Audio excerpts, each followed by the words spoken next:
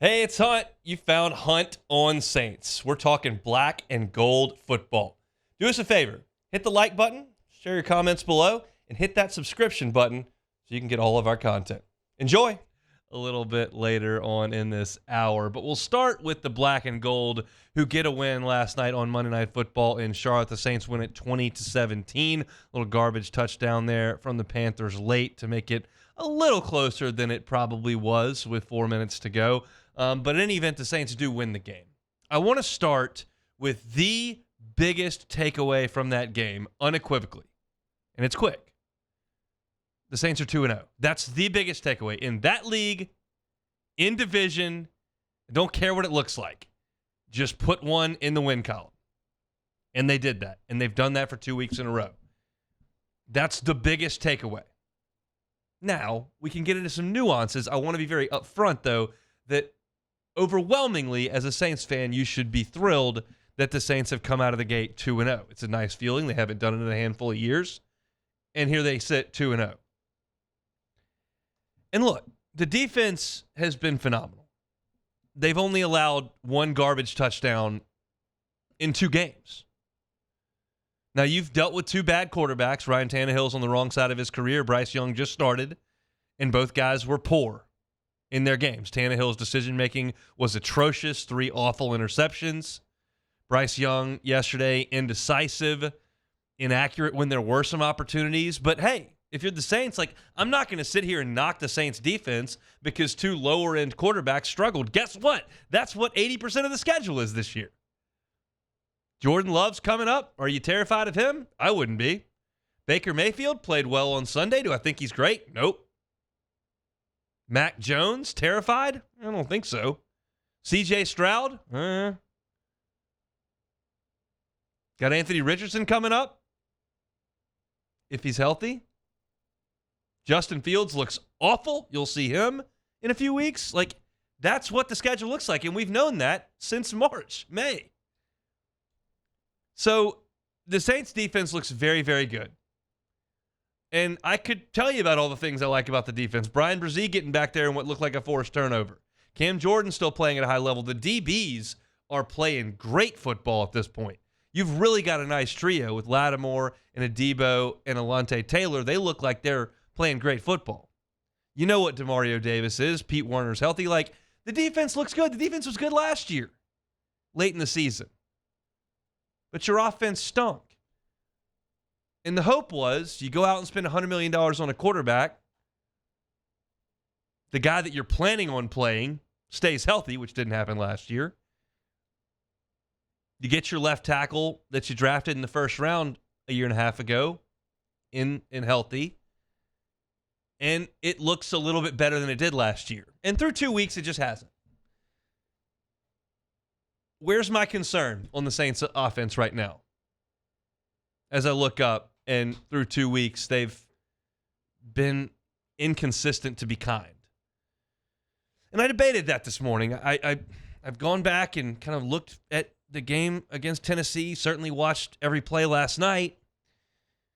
I think my concern level is a 6. It's over 5. It is a 6. It's not an 8. It's not a 9. It's not a 10. But it is a 6. Through 2 games right now, your biggest issue is that you're 28th in the league in red zone touchdown percentage. You are moving the football. You're 10th in the league in yards, which is good. You're 8th in the league in plays per drive, which means you are sustaining drives and not going 3 and out. But you're not hitting the big plays when they're available outside of 2 massively clutch plays to Shaheed in 2 weeks and then the highlight reel play by Olave. And you're not punching it in the red zone. Plus, the run game's iffy. 18th in the league in rush yards, 24th in the league in yards per rush, and that's with Taysom Hill giving you a numbers advantage. You're 19th in the league in yards per play, 25th in points. I'm not going to belabor that. That's all I'll do on league standings. It's 2 weeks.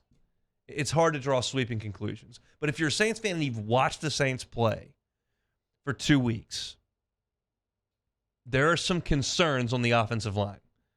Trevor Penning is having glaring issues multiple times per game. The bull rush is getting to him. He's getting beat to the outside. He's having significant issues, and he's basically a rookie. It's not totally unforeseen that Trevor Penning would struggle a little bit, but he is. Cesar Ruiz, he may have played 60 great snaps last night, but he had a couple that were just so obviously mistakes right there at the guard spot that make you go, good grief. How much they just pay that guy? How many years they just extend that deal? Ramczak's playing good, not great. You got Pete on the bench. They're not doing a good job up front. And that was my one key to this game yesterday. If the Saints can block the Panthers, they'll be fine. J.C. Horn's out. If Carr's upright, they'll be fine if they can just block. And really, they struggled to do that. Derek Carr was under pressure. When he was under pressure, he made two really poor decisions. One resulted in an awful interception. But I think the root of all this is not Carr. It's not Kamara's suspension. It's not the Williams injury. The root of all this is the offensive line. They've got to get better. That Titans front is tough. They led the NFL in run defense last year. The Panthers have a couple of really strong pass rushers. Derek Brown's a handful. But the offensive line was not good last night, and that's a big problem.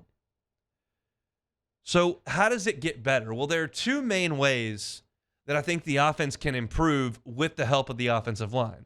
One is obviously getting healthier and available at running back. If Jamal Williams can come back and Kamara comes in week 4, that should make you a little more explosive. You help the offensive line with the screen game and the check down game to Kamara, who can do that as well as anybody in the league.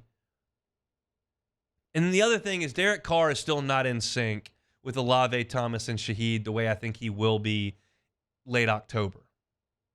We saw a couple times, and I thought Dan Orlovsky did a really good job of kind of breaking some things down, where Michael Thomas, who's really a short route runner at this point, kind of got to the inside, positioned his body, broke free, and the ball sailed over his shoulder because he wasn't looking for it.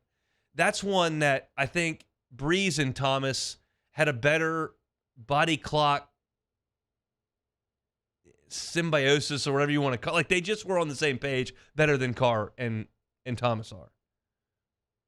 And Olave's still young, even though he does do a great job. There's reason to think that Derek Carr will improve under Carmichael and with these really good wide receivers. And there's reason to believe that Kamara coming back helps. But I fear that we're going to continue to go back to the offensive line because, make no mistake, the Saints defense is exceptional. They're going to need to score more than 20 to win some games. There are going to be quarterbacks that show up that do have some more success than Tannehill and Bryce Young have had, and the Saints are going to have to keep up, and they should be able to. They've got to block, and they got to get on the same page. Again, my concern, somewhere around a 6, because it's there with the offensive line. It was the question. That's the fear. Like, when you have a question preseason and then it manifests itself, that hurts. It was like LSU with the DBs in the opener. Like, oh, man, we're kind of right about that. And then when you have concern with the Saints offensive line, and you see what you did last night where they're not really able to run the ball outside of Taysom Hill and Carr's under pressure, you're like, this is tough. But they did determine late in the game, in the fourth quarter, when they got in the red zone where they had struggles, we're not going to drop back and try to pass and pass protect. We're just going to go forward. And Tony Jones got moving forward, and the offensive line got moving forward. We know Trevor Penning is a better run blocker than he is pass blocker at this point. And they just got physical, and they made it work, and they pounded into the end zone. And that should feel good because we know Jamal Williams can do that. He's got to get back, and you feel like you can get Kamara back as well to help with that. So if you get the run game going, you can take some pressure off the offensive line in the pass blocking situations, and things can get better. But again, the takeaway from this game is that the Saints won. And you're 2-0. And I'm not even as concerned with keeping up with the division because I don't trust the Bucs to continue this. I don't think the Falcons are great. And we've clearly seen that the Panthers are not a great team. So while yesterday I was talking about the Bengals saying, man, you're 2 behind the Ravens, that's a big deal. Well, I trust the Ravens. I don't trust the Bucs. I don't trust the Falcons. So it's less about keeping up with the division, more like just stockpile wins. Saints got one here. Short week for the black and gold. They fly back last night. Got to fly up to Lambeau on Saturday. So it's a short week of practice, but you do so 2-0, and that's got to feel good for the black and gold. Hey, it's Hunt. Thanks for watching Hunt on Saints. Before you leave, help us out a little bit. Hit that like button, leave your comments in the section below, and hit that subscribe button so you get all our content right here from Hunt on Saints. We'll see you next time.